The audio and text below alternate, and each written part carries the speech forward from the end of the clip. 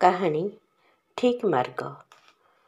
ଗୋଟିଏ ଲୋକ ଗୋଟେ ବଡ଼ ଘର ଆଗରେ ପହଞ୍ଚିଲା ତ ଦେଖିଲା ଘର ବାହାର ମୁଖ୍ୟ ଦ୍ୱାରରେ ଲେଖା ହୋଇଥିଲା ଭିତରକୁ ଆସ। ଭିତରକୁ ଚାଲିଗଲା ତ ପୁଣି ଲେଖା ମିଳିଲା ଏବେ ଡାହାଣ ଆଡ଼କୁ ଯାଅ।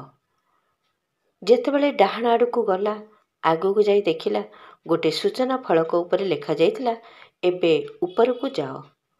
ସେ ଉପରକୁ ଚାଲିଗଲା। ସେଠି ଯାଇ ଦେଖିଲା ଲେଖା ହୋଇଥିଲା ସିଧା ଯାଇ ପୁଣି ବାମକୁ ବୁଲିଯାଅ। ବାମକୁ ଯାଇ ଗୋଟେ ବଡ଼ କୋଠରୀରେ ପହଞ୍ଚିଗଲା। ସେଇଠି ଲେଖା ହୋଇଥିଲା ତଳକୁ ଯାଅ। ତଳକୁ ଗଲା ତ ସେଠି ଲେଖା ହୋଇଥିଲା କାହିଁକି ଇଆଡ଼େ ସିଆଡ଼େ ବୁଲୁଛ? ଏହି ଅମୂଲ୍ୟ ଜୀବନ ଇଆଡ଼େ ସିଆଡ଼େ ବୁଲିକରି ସମାପ୍ତ କରିବା ପାଇଁ ନୁହେଁ, ଜୀବନର ଠିକ୍ ମାର୍ଗକୁ ଜାଣ।